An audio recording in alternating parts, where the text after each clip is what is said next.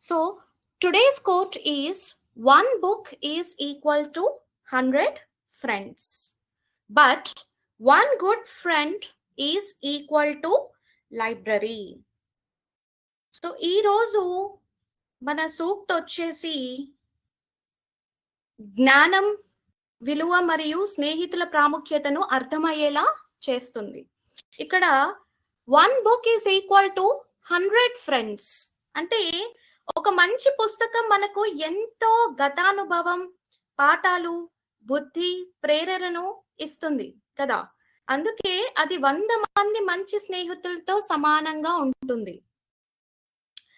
కానీ but one good friend is equal to a library. కానీ ఒక మంచి స్నేహితుడు ఉండగలిగితే అతను మనకి బుద్ధి, సహాయం, మార్గదర్శనం, మోటివేషన్, జ్ఞానం, ప్రేమ అన్ని ఇవ్వగలుగుతాడు. అందుకే అతను ఒక గ్రంథాలయం లాంటి వాడు అని చెప్పవచ్చు. So for example, if you take, మీరు ఒక పుస్తకం చదివారనుకోండి, వివేకానంద జీవిత చరిత్ర. సో ఆ పుస్తకం చదివినంతసేపు మీకు 100 మోటివేషనల్ స్పీకర్స్ మాట్లాడినంత ఇన్స్పిరేషన్ వస్తుంది. ఒక పుస్తకం 100 మంది స్నేహితులతో సమానం అన్నమాట. అదే మీకు ఒక్క స్నేహితుడు, మంచి స్నేహితుడు ఉన్నారనుకోండి, అవసరమైనప్పుడు తోడుగా ఉంటాడు, అలాగే లెసన్స్ అర్థం కాకపోతే ఎక్స్ప్లెయిన్ చేయొచ్చు, జీవితంలో అడ్వైజెస్ ఇస్తారు, రిక్వెస్ట్ అండ్ సలహాలు ఇస్తూ ఉంటారు. సో అందుకే ఒక మంచి ఫ్రెండ్ అనేవాడు ఒక లైబ్రరీతో సమానంగా భావిస్తారు. సో పుస్తకాలు మనకి స్నేహితుల్లా ఉంటాయి, జ్ఞానం ఇస్తాయి. కానీ ఒక మంచి స్నేహితుడు మన జీవితం మొత్తాన్ని మార్చేస్తాడు. అందుకే లైబ్రరీ లాంటి వాడు అంటారు. సో మీరు కూడా ఒక మంచి స్నేహితుడిని చూస్ చేసుకోండి, అండ్ మీరు కూడా మంచి స్నేహితులుగా ఉండండి. So whom ever you choose, make them good as well. Okay, so yes, friends are very important in our lives. Now I'm sharing you the screen. Yes. So do you remember what I had taught in the previous class? Previous class lo meer em నేర్చుకున్నారో గుర్తుందా? Yes, active voice and passive voice. ఏంటది? Active voice and passive voice. So are you ready to take the test? So I'll conduct a quick rapid fire session. So ikkada the teacher teaches grammar. The teacher teaches grammar. ఇది ఏ voice లో ఉంది? Active voice లో ఉంది. ఇప్పుడు ఈ active voice ఏ tense లో ఉందో చూసుకోండి. ఏ టెన్స్ లో ఉండొచ్చు? అది subject plus V1 plus object.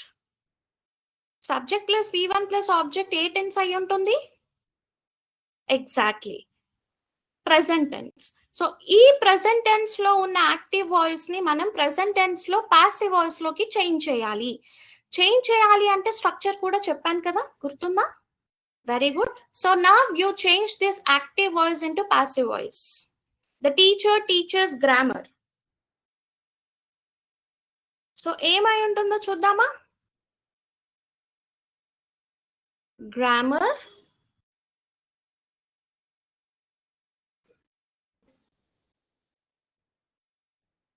grammar.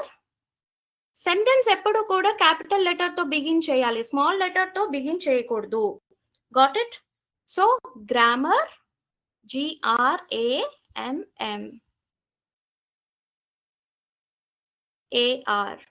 Grammar is taught, TAUGHT.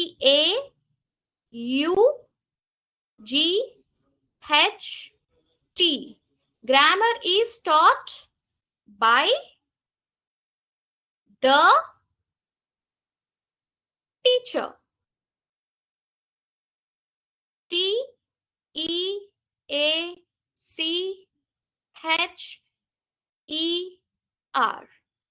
And full stop. So sentence end అయిన తర్వాత ఫుల్ స్టాప్ కూడా కంపల్సరీగా పెట్టాలి. సో ఇది కరెక్టా కాదా చూద్దాం. Right answer. So grammar is taught by the teacher. And next one, he wrote a letter. He wrote a letter. ఏ వాయిస్ లో ఉంది ఇది? Active voice. Very good. So ఇప్పుడు ఇది ఈ సెంటెన్స్ ఏ టెన్స్ లో ఉంది? He wrote a letter which is in past tense. So past tense లో ఉన్న యాక్టివ్ వాయిస్ ని పాస్ట్ టెన్స్ లో ఉన్న పాసివ్ వాయిస్ గా మనం కన్వర్ట్ చేసుకోవాలి. So what is the answer? He wrote a letter. He wrote a letter.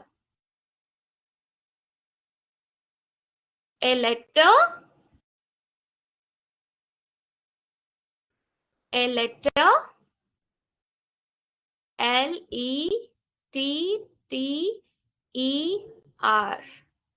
A letter. Past tense kada, is written by Radu. Was written by him.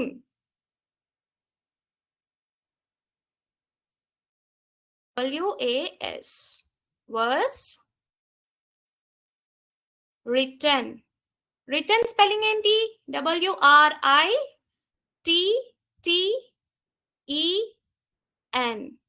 Written by. Subject లో ఉన్న he object వెళ్తే ఏమవుతుంది?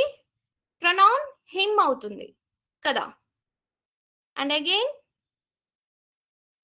we should not forget to put full stop.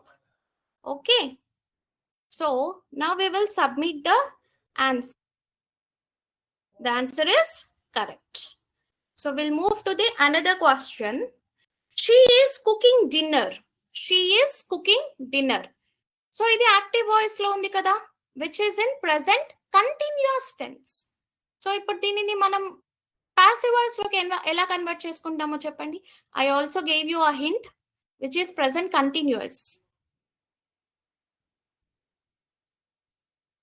Yes. Dinner. D-I-N-N-E-R.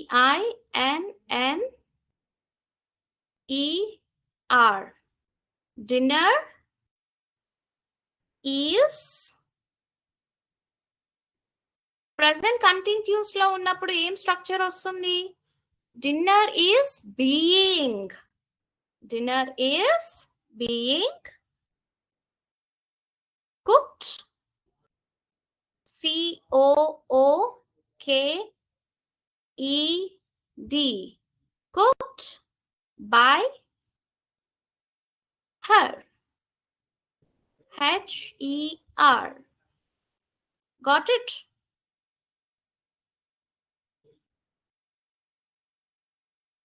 Yes, the answer is correct. Now we'll see the fourth one. They have completed the work. They have completed the work. Which is past perfect kada, have undi kada, past perfect లేదా present perfect చూడండి. So ఈ active voice ని ఇప్పుడు మనం passive voice లోకి convert చేసుకోవాలి.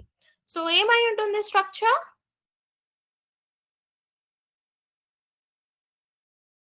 work, the work, W-O-R-K, the work has been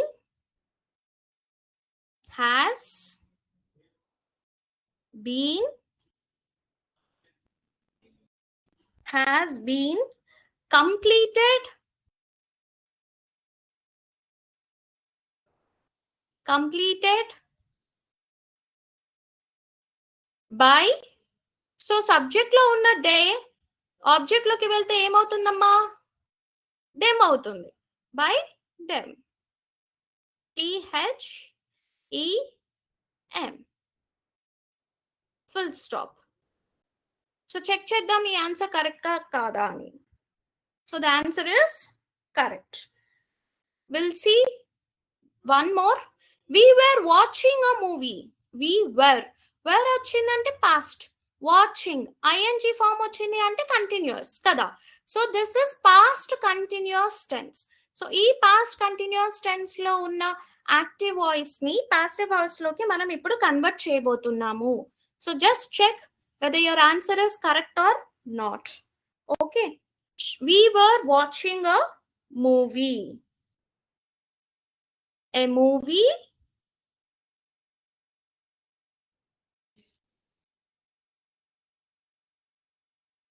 A movie.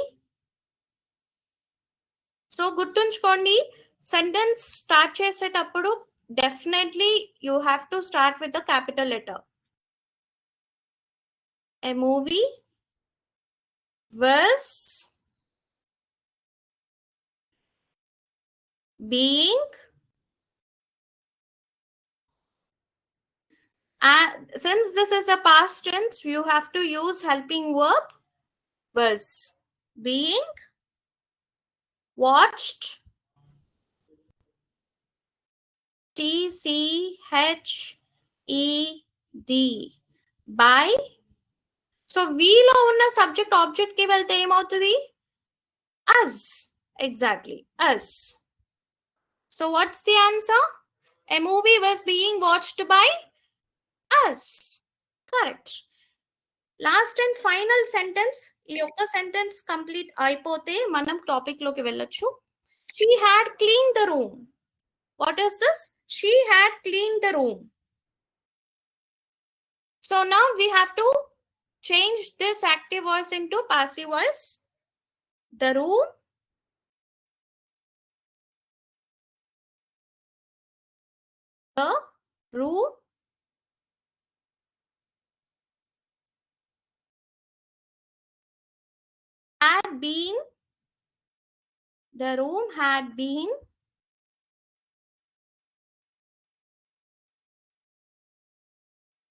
had been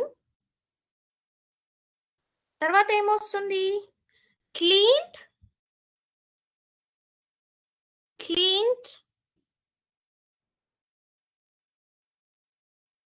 by.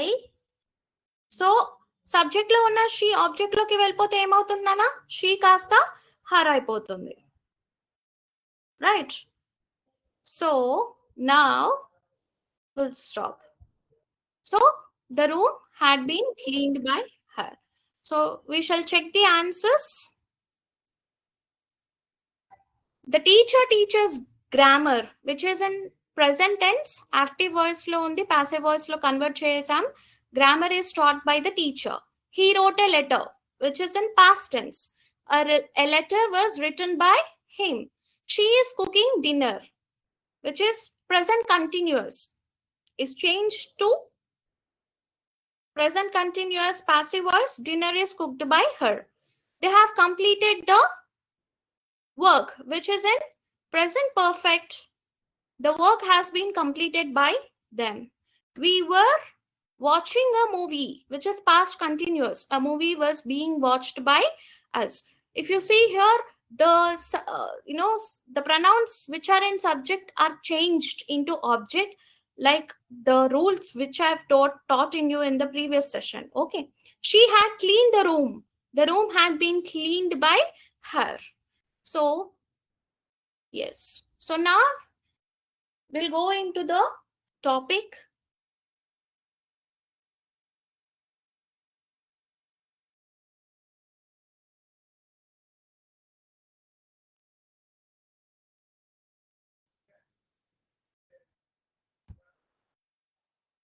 Where this? Yes.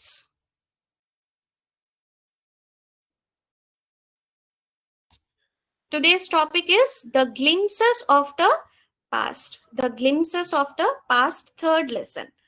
So I want you all to open your textbook.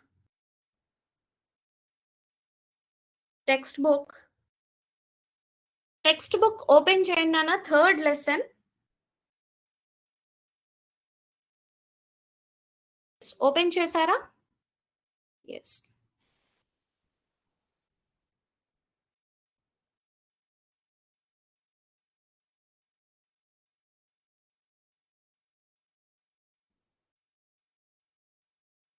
So ఈ lesson the glimpses of the past వచ్చేసి historical event గురించి తెలియచేసే పాఠం.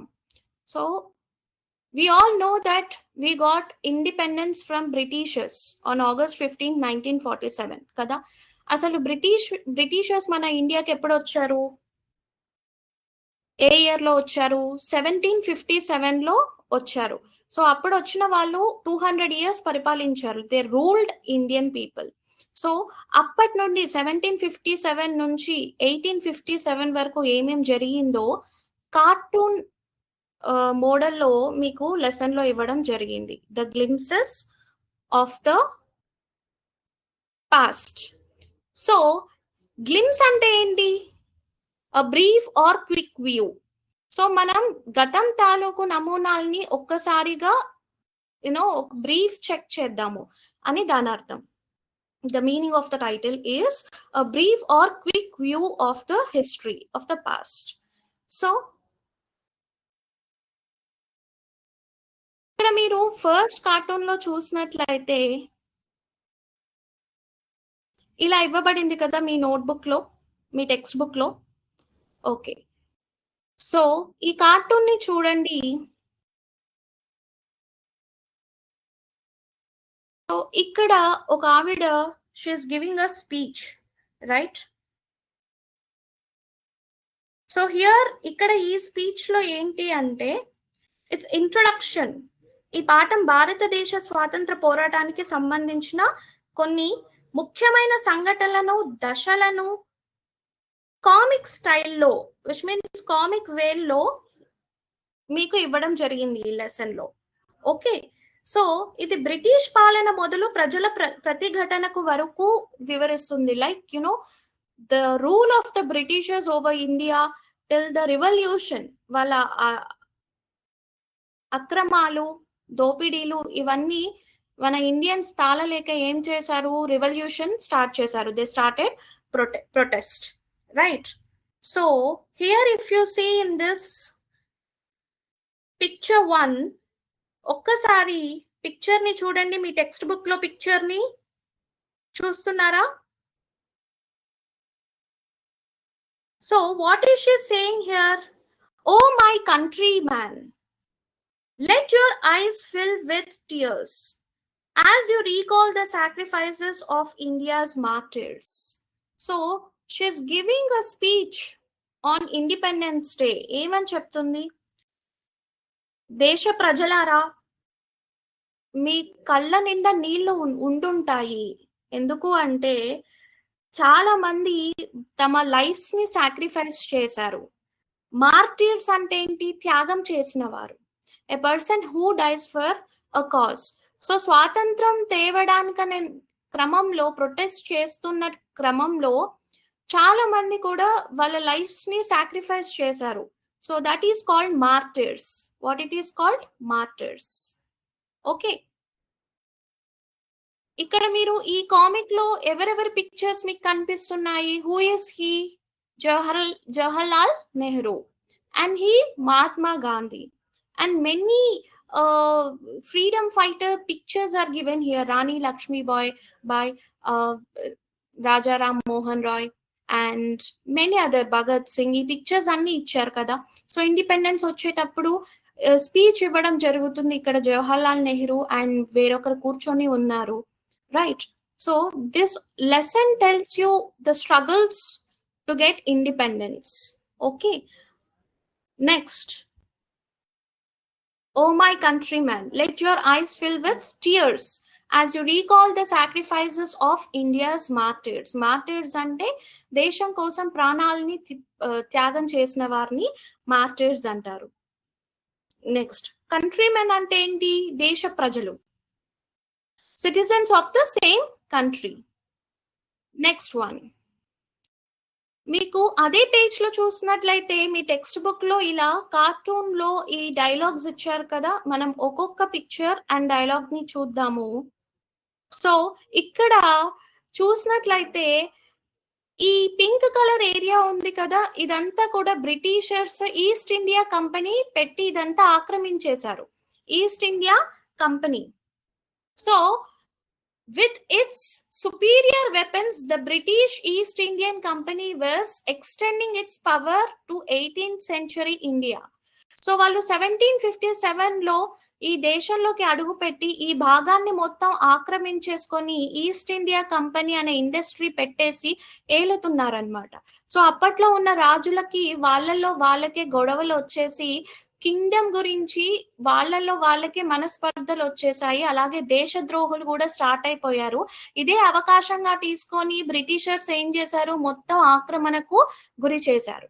So వాళ్ళకున్న superior weapons ఏవైతే ఉన్నాయో use చేసే weapons కానివ్వండి, so దాని ద్వారా మొత్తం పవర్ ని తీసేసుకున్నారు.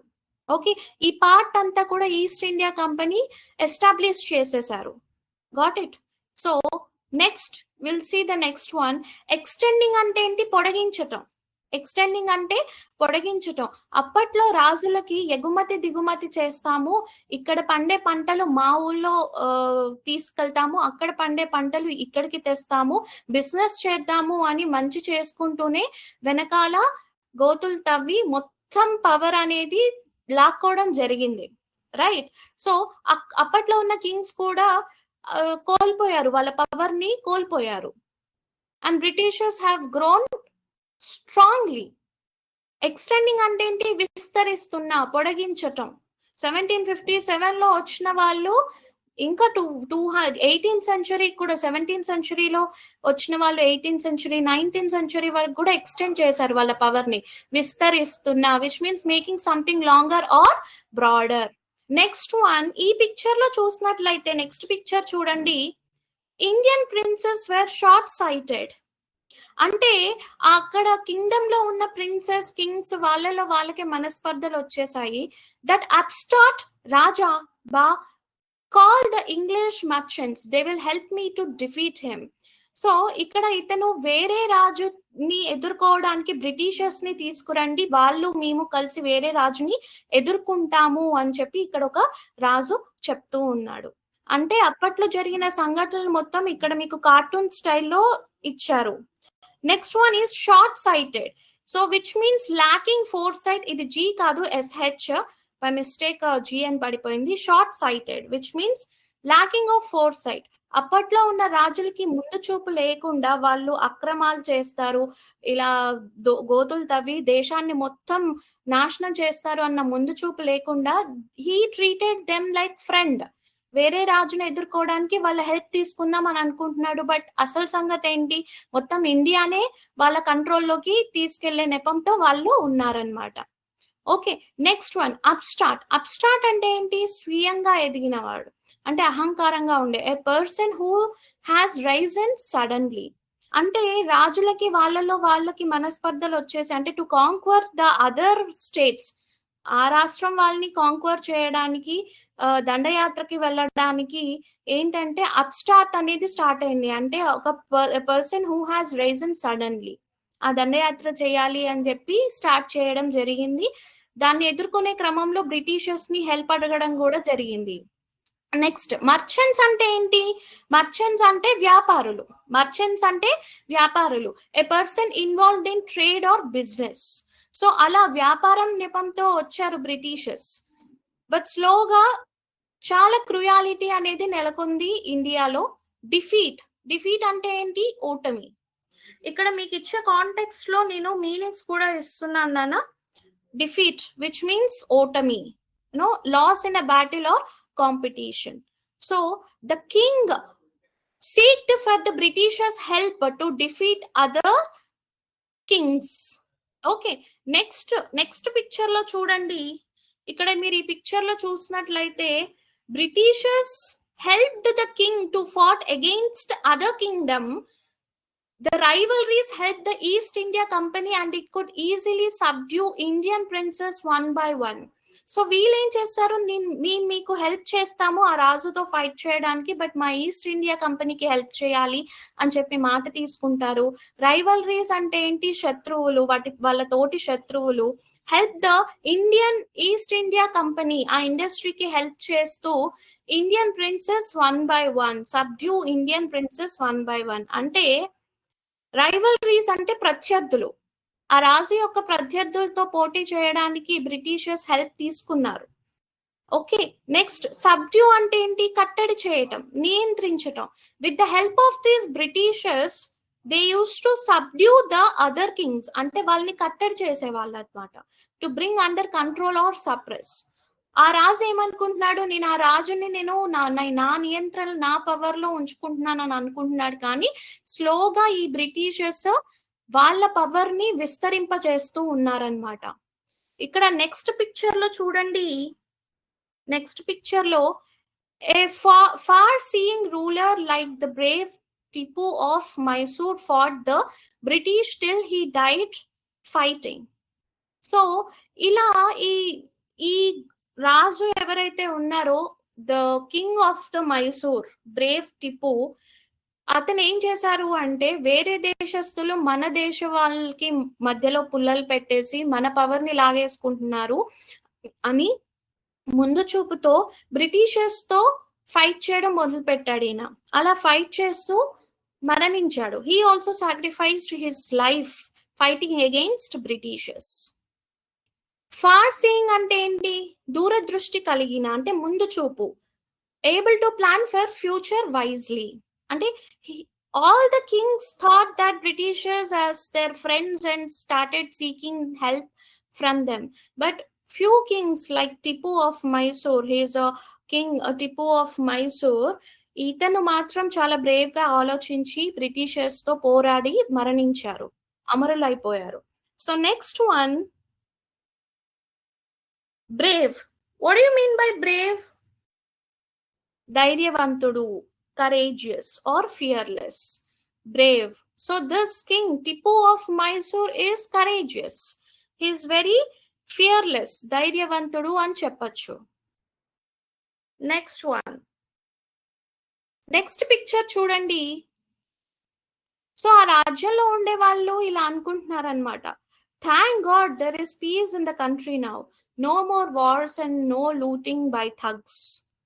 So our destiny is linked with them. It is God who sent the British.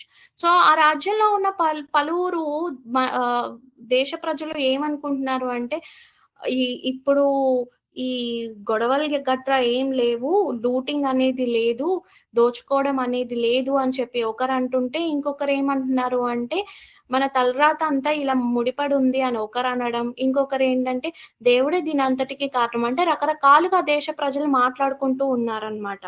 So ఇక్కడ మీనింగ్స్ చూద్దాము. See here this sentence, thank God there is peace in the country now. No more wars and no looting by thugs. అంటే ఇక్కడ looting అంటే ఏంటి? దోపిడి, అపహరణ అని చెప్పొచ్చు. Stealing goods during war, riot or chaos.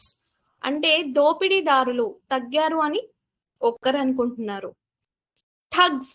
Thugs అంటే ఎవరు? A violent robber or criminal. దోపిడీ చేసే దొంగని థగ్ అంటారు.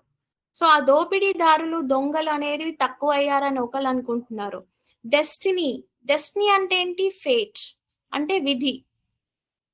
What is destine to happen, అంటే ఆ విధి అలా రాసుంది అని ఒకరు అనుకుంటున్నారు.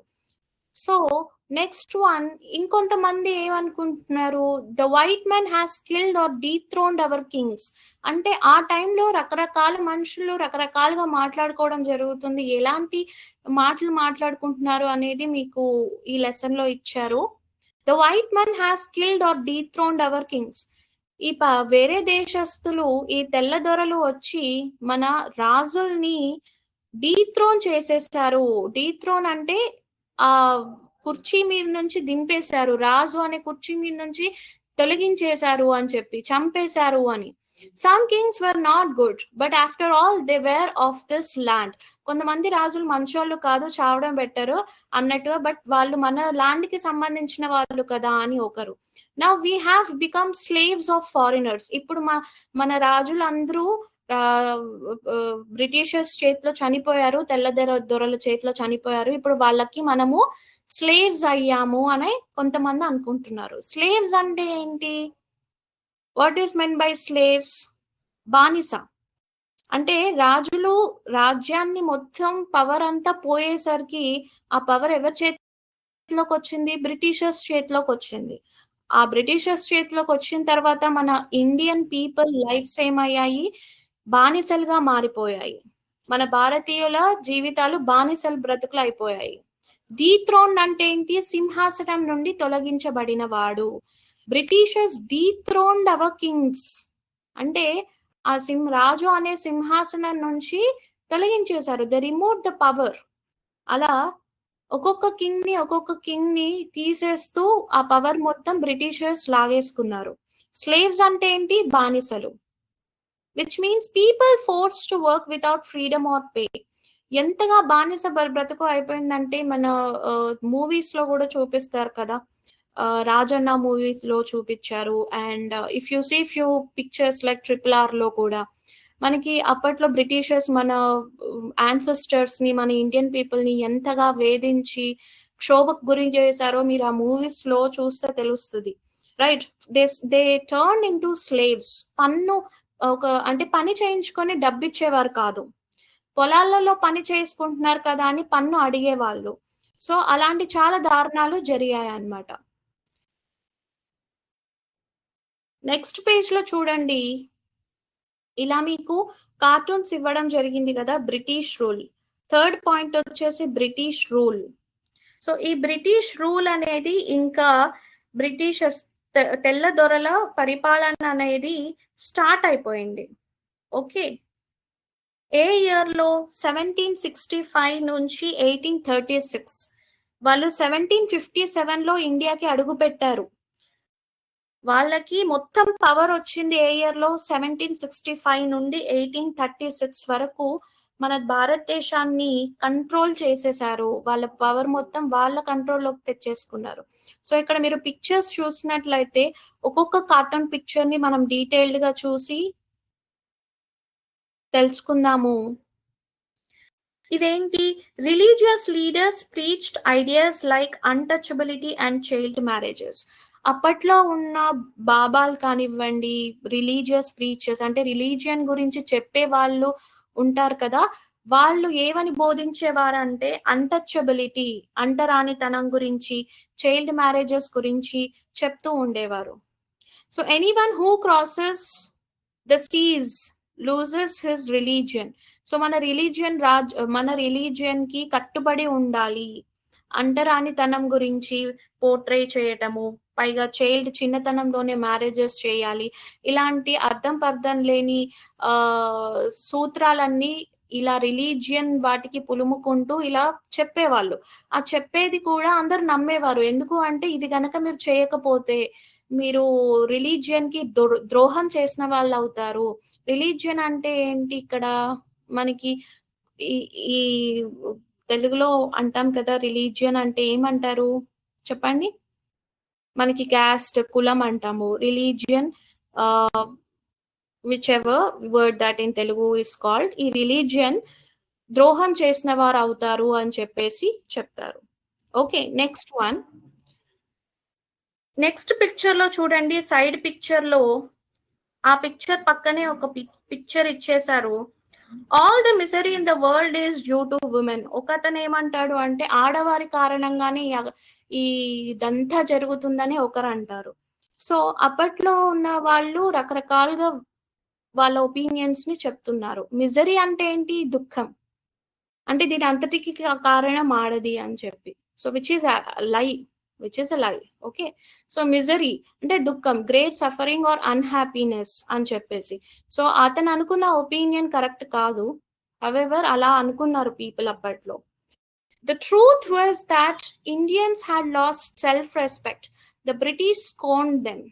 సో, మొత్తానికైతే మన భారతదేశ ప్రజలు అప్పట్లో వాళ్ళ సెల్ఫ్ రెస్పెక్ట్ అనేది పోయింది. బానిస బ్రతుకయిపోయింది. So, the natives are unworthy of trust, incapable of honesty. So, అప్పట్లో మన దేశ ప్రజలు కూడా ఆహ్, దేశద్రోహులుగా మారి బ్రిటిషర్స్‌కి హెల్ప్ చేస్తూ ఉండేవారు. True your honour. But I am honest. ఇక్కడ చూస్తే ఇక్కడ బ్రిటిషర్స్ కానివ్వండి, ఇతను ఇండియన్, ఈయన దేశద్రోహి, వీళ్ళకి హెల్ప్ చేస్తూ ఉన్నాడు ఇక్కడ. బట్ ఈయన ఏమంటాడు, ఆ దేశ ప్రజలు కూడా మనకి అన్యాయం చేస్తారేమో అని ఒక తెల్ల దొర మాట్లాడుకుంటుంటే, మన ఇండియన్ హీఈస్ యునో ఇతను ట్రైటర్ అంటే దేశద్రోహి. ఈయన ఏమంటాడు అంటే, నేను నిజాయితీగానే ఉంటాను, మీకు నిజాయితీగా పనిచేస్తాను అని ఇతను అంటాడు. ఓకే, ఇప్పుడు మనం మీనింగ్స్ చూద్దాము.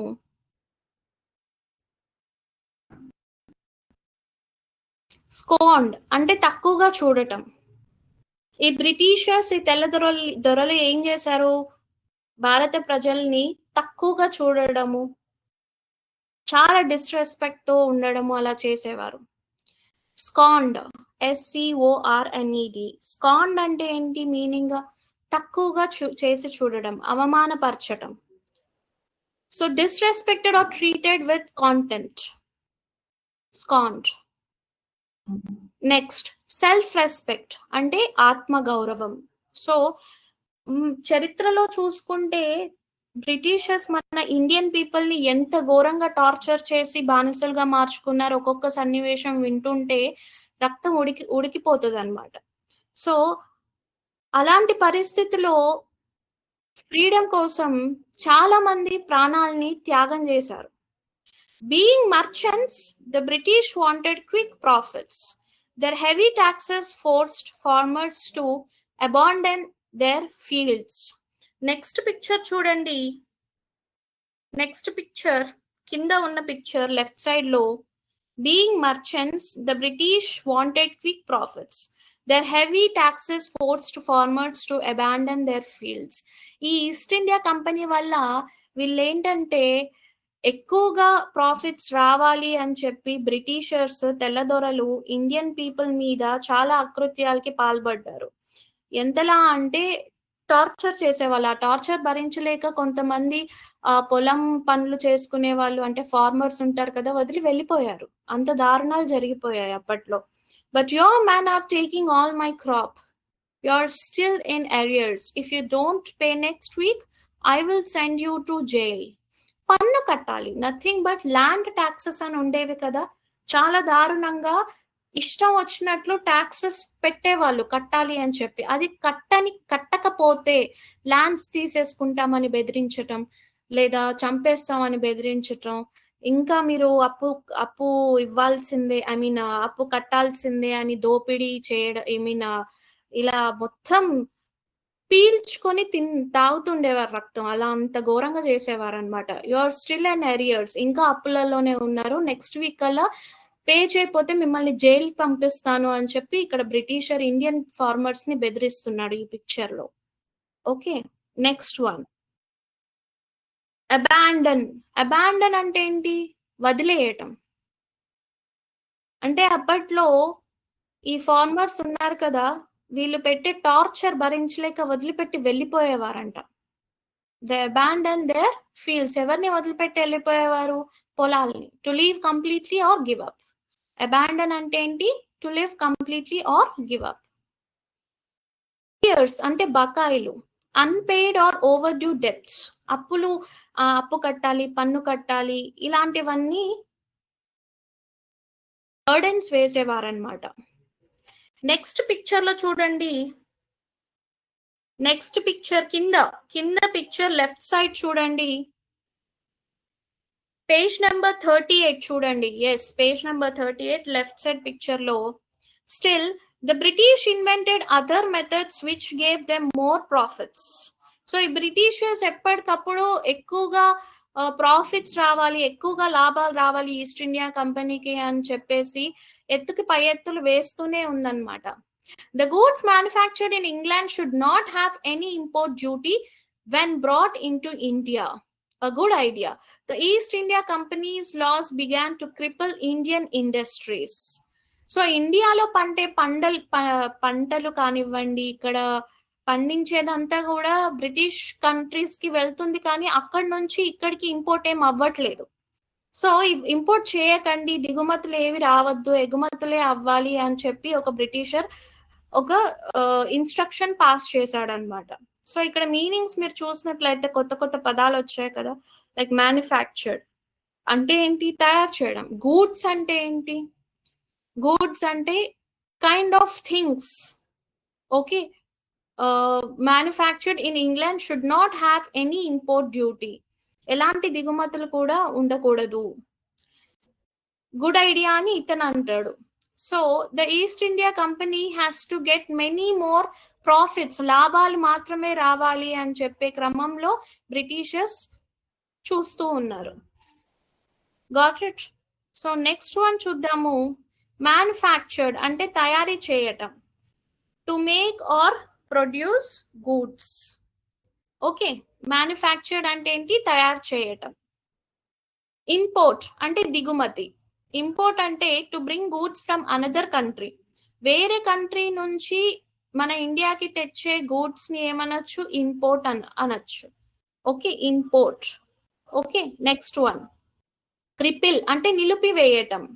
నిలిపివేయటం. టు డిజేబుల్ ఆర్ డ్యామేజ్ అంటే వాళ్ళ కంట్రీ నుంచి మన కంట్రీలోకి ఏమి తీసుకురావద్దు, నిలిపివేయండి ఎక్స్పోర్ట్. ఇంపోర్ట్ మాత్రమే జరగాలి. మన కంట్రీ నుంచి మాత్రం ఈ కంట్రీ నుంచి మాత్రమే వెళ్ళాలి, కానీ ఆ కంట్రీ నుంచి ఇక్కడికి ఏం రావద్దు, నిలిపివేయాలి అని చెప్పి బ్రిటిషర్స్ ఎక్కువ లాభాల కోసం వాళ్ళు పన్నాగం పన్నారు. నెక్స్ట్ వన్ చూద్దాము. ఇక్కడ ఈ పేజ్ లో it says about Ram Mohan Roy. అయితే ఈ ఈ అకృత్యాలు జరిగే క్రమంలో చాలా మంది ఫ్రీడమ్ ఫైటర్స్ పుట్టుకొచ్చారు ప్రొటెస్ట్ చేయడానికి. Ram Mohan Roy, he is also a great protest person. Protest చేసేవారు అండ్ ఫ్రీడమ్ ఫైటర్. ఫ్రీడమ్ కోసం ఫైట్ చేస్తూ అహర్నిశలు కృషి చేశారు. ఫ్రమ్ 1772 టు 1833 రాజారాం మోహన్ రాయ్ ఏమేం చేశారు అనేది ఈ పేజ్ లో చూద్దాము. ఇక్కడ కార్టూన్ ఇచ్చారు కదా, ఈ కార్టూన్స్ మొత్తం. Yeah, will see in the first picture of this page. First picture, page number, next page 39 page లో చూడండి. Ram Mohan Roy, a learned man from Bengal, understood what was wrong with the country. So ఇక్కడ జరిగే అకృత్యాలు మొత్తం చూసి బెంగాల్లో ఉన్న రామ్ మోహన్ రాయ్ అసలు ఏం జరుగుతుంది మన దేశంలో, ఏంటి అకృత్యాలన్నీ, అసలు వేరే దేశస్తులు మన దేశ ప్రజల్ని దోచుకోవడం ఏంటి అని స్టార్ట్ చేశారు protest. And let us despise ourselves. Our ancient culture is great and we are capable of greater achievements. We must first reform our society. Superstitions have been ruining us. Superstitions అంటే మూఢనమ్మకాలు. అప్పట్లో సతీ సహగమనం అనేది ఉండేది. అంటే భర్త చనిపోతే భార్య కూడా భర్త చితిలో పడి చావాలి అని చెప్పి ఒక మూఢనమ్మకం. అలా చేస్తేనే విముక్తి వస్తుందని రకరకాల అపోహలు ఉండేవి. సో అలా వాళ్ళు ప్రాక్టీస్ చేసేవాళ్ళు. భర్త చనిపోయాడంటే ఆబ్వియస్లీ భార్య విడో అయిపోతుంది, విధవ అయిపోతుంది కదా. సో భర్త చితిలోనే తను బ్రతికుండగానే తగలబెట్టేసేవారు. సో ఇలాంటి సూపర్స్టిషన్స్, మూఢనమ్మకాల వల్ల మన దేశం అట్టుడికి పోతుంది, ఇది ఎలాగైనా ఆపాలి అని చెప్పి రామ్ మోహన్ రాయ్ ఎదురు తిరిగారనమాట. So let us not despise ourselves. మన కల్చర్, మన పురాతనమైన కల్చర్ చాలా గొప్పదే, కానీ కొన్ని మూఢనమ్మకాల వల్ల మన దేశస్తులు ప్రజలు చాలా ఇబ్బందులు ఎదుర్కొంటున్నారు అని చెప్పారు. డిస్పైజ్ అంటే ఏంటి? ద్వేషించటం. మన ఏన్షియంట్ కల్చర్ ని ద్వేషించాల్సిన అవసరం లేదు, కానీ మూఢనమ్మకాల్ని మాత్రమే తొలగించేయాలి అని చెప్పేసి రామ్ మోహన్ రాయ్ చెప్పారు. సూపర్స్టిషన్స్ అంటే ఏంటి? అంధవిశ్వాసం, మూఢనమ్మకం. Belief not based on reason are scientific knowledge. Belief not based on reason are scientific knowledge.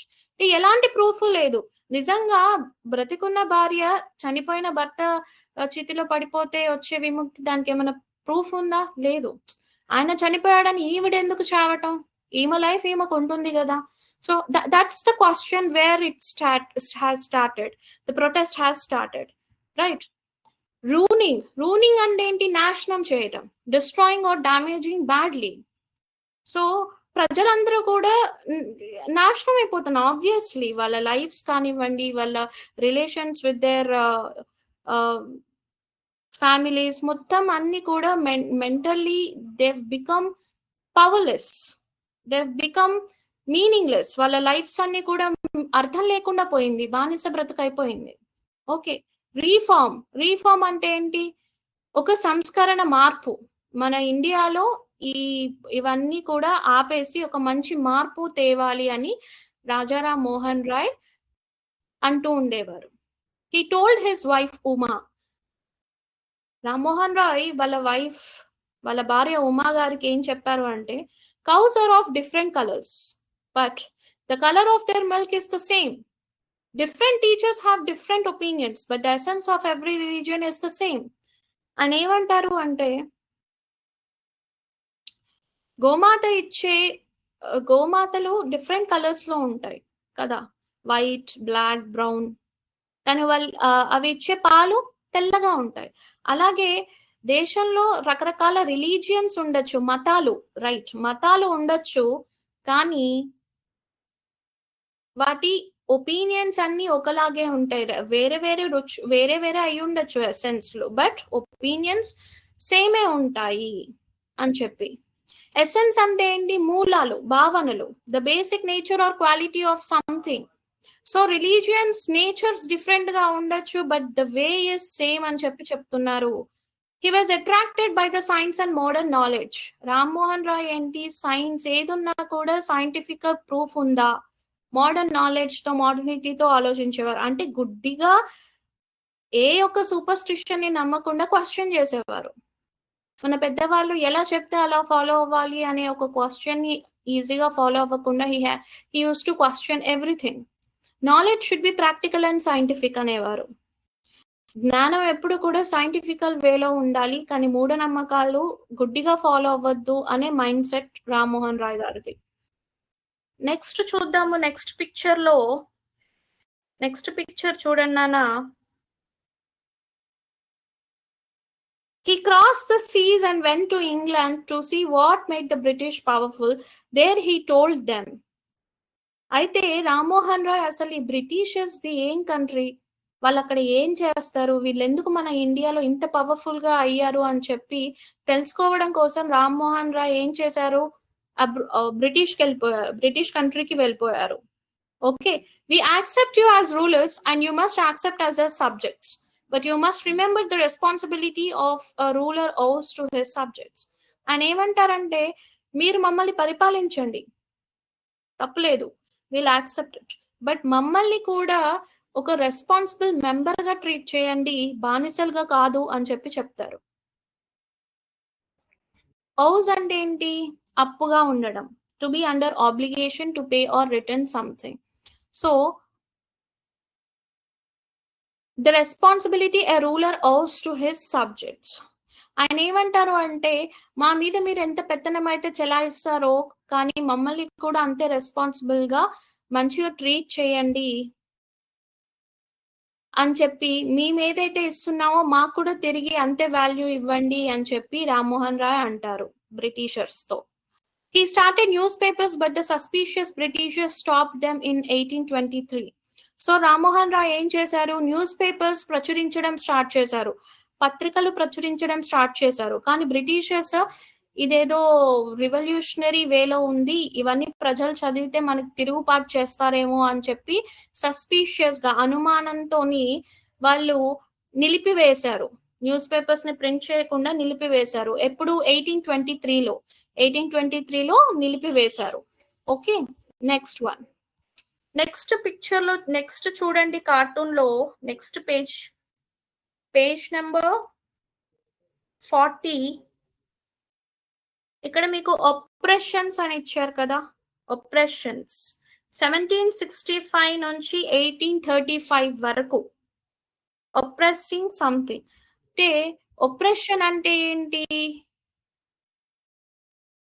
హింసకు లోనైన వారు, అంటే హింసాత్మకంగా అణిచివేయటం. బ్రిటిషర్స్ ఇండియన్ పీపుల్ అణిచివేత. ఓకే, అది ఏ పీరియడ్ లో జరిగింది? 1765 నుంచి 1835 వరకు అన్ని సంవత్సరాలు కూడా తెల్లదొరలు మన భారతీయుల్ని అణిచివేస్తూ బానిసలుగా చేసుకున్నారు. But the British continue to oppress Indians. తొక్కేసేవారు. తొక్కేయటం అంటే ఏంటి? నిజంగా కాలుతో తొక్కేయడం గాదు. అంటే అణిచివేయబడ్డారు. In 1818, they had passed Regulation 3. Under it, an Indian could be failed without trial in a court. అంటే వాళ్ళ ఇష్టం వచ్చిన జీవోలు పాస్ చేసేవాళ్ళు. ఇష్టం వచ్చిన రూల్స్ వాళ్ళకు అనుగుణంగా పాస్ చేస్తూ ఉండేవారు. Okay. Indian could be jailed without trial in a court. అంటే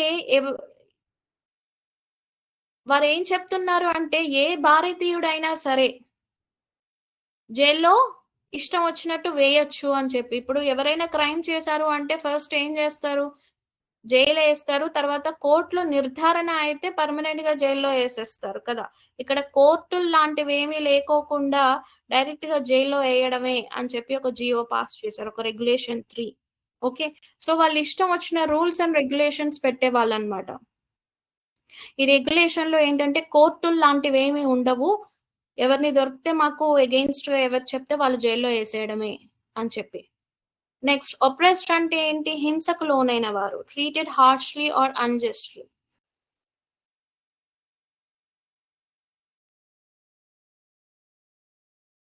All the time, British officers in India drew big salaries and also made fortunes in private business. ఈ తెల్ల దొరలు ఏం చేసేవారు అంటే డబ్బునంతా దోచుకునేవారు. అలాంటి ఈస్ట్ ఇండియా కంపెనీ ఇండస్ట్రీ పెట్టి భారతీయుల్ని పీల్చుకు తింటూ డబ్బుని చాలా అక్రమంగా లాక్కుంటూ లూటింగ్ చేసేవారు. The British prospered on the company's loot while Indian industries began to die. So వాళ్ళు చేసే అకృత్యాలకి మన ఇండియన్ ఇండస్ట్రీస్ ఏవైతే ఉన్నాయో స్లోగా అంతరించిపోవడం స్టార్ట్ అయ్యాయి. అంటే అంతరించిపోవడం అంటే ఇక్కడ ఏంటంటే తీసేసేవారు. వాళ్ళ దెబ్బతో ఇండియాకి సంబంధించిన ఏ ఇండస్ట్రీ ఉండేది కాదు. మొత్తం బ్రిటిషే పవర్ అంతా తీసేసుకుంది. ప్రాస్పర్డ్ అంటే ఏంటి? అభివృద్ధి చెందిన. Grew successfully or wealthy. So, British industries prospered. అభివృద్ధి చెందాయి. చాలా సక్సెస్‌ఫుల్‌లో ఎక్కడికెళ్ళినా బ్రిటిష్ ఇండస్ట్రీసే కనిపిస్తున్నాయి కానీ, మన ఇండియన్ ఇండస్ట్రీస్ లేవు. మీరు 'భారతీయుడు' మూవీ చూసినా కూడా అప్పట్లో ఇండియన్ డ్రెసెస్ ఏసుకోడానికి అనుమతించేవారు కాదు అని ప్రొటెస్ట్ గూడా ఉండేది. అంటే ఈ మూవీస్ చూడటం వల్ల కూడా మీకు అసలైన బానిసత్వం అనేది మీకు తెలుస్తది. Okay. So, governor general Bentinck reported back home. The bones of cotton weavers are bleaching the plains of India. So, cotton weavers ఏంటి అంటే మన భారతదేశంలో నేత వస్త్రాలు నేస్తూ ఉండేవారు కదా!